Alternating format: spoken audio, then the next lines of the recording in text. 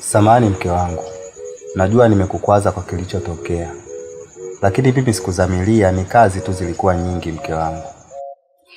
Kazi zilikuwa nyingi? Wewe si umeondoka hapo umeniaga mimi, umesema kwamba unasema kaka eneo kamebaki kadogo. Unaenda kumalizia na chakula cha mchana niandae utakuja kula.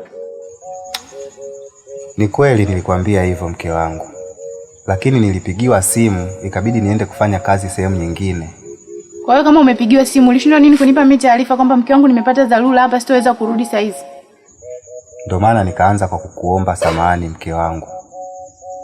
Kwa sababu nilipopigiwa simu akili yote ikawa haiwazi, yani nikasahau kabisa mke wangu, nikawa nawaza pesa tu. Ulisahau? Umeanza uhuni wako sasa. Umeshaanza kuwa na wanawake huko nje, si ndio? Yaani mke wangu mimi sijui kwa nini kila siku nakazia tu hapo. Mimi kwa nini nifanye uhuni mke wangu wakati unajua wewe ni mwanamke pekee ninayekupenda katika kijiji hiki. Na ndio maana nimeamua kukuoa na kukuweka ndani.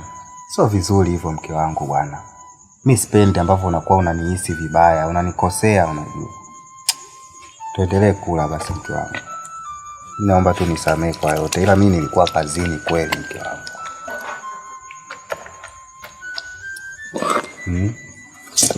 Sasa sikia. Kale ulipokuwa. Sasa mke wangu, hicho nini sasa unachoparisikia basi mke wangu? Niache bwana, nisikilize nini? Sasa unaondoka unaenda wapi na chakula mke wangu? Umenisikia? Na umenisikia vizuri. Kale ulipokuwa. Mimi ni kale nilikokuwa wapi wakati nishakwambia njaa inaniuma na nilikuwa kazini. Kwa nini unaninyima chakula mke wangu Ulivyonikalisha hapa mchana kuto na kusubiri nakaa na njaa, unasikia? Yaani unaona ni sawa? Unaona ni sawa hiyo? Mke wangu ndio maana nakuomba msamaha. Mimi nilikuwa kazini. Sina kuelekeza mke wangu vizuri tu kwamba nilikuwa kazini mke wangu. Ni kwa nini hutaki kunielewa mke wangu? Sasa mimi ni kale wapi? Nisikilize. Umenisikia vizuri kabisa? Nimesemaje?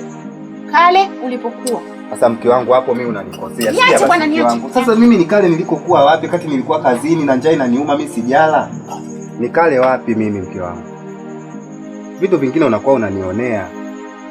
Sasa kweli mimi nihangaike kufanya kazi mke wangu, nirudi nyumbani uanze kunitupia tena maneno yako hayo. Hao wanawake unaowasema mimi wapi na wapi? Kazini usemwe na bosi, nyumbani mke vituko. Sasa tunapata wapi muda wa kupumzika?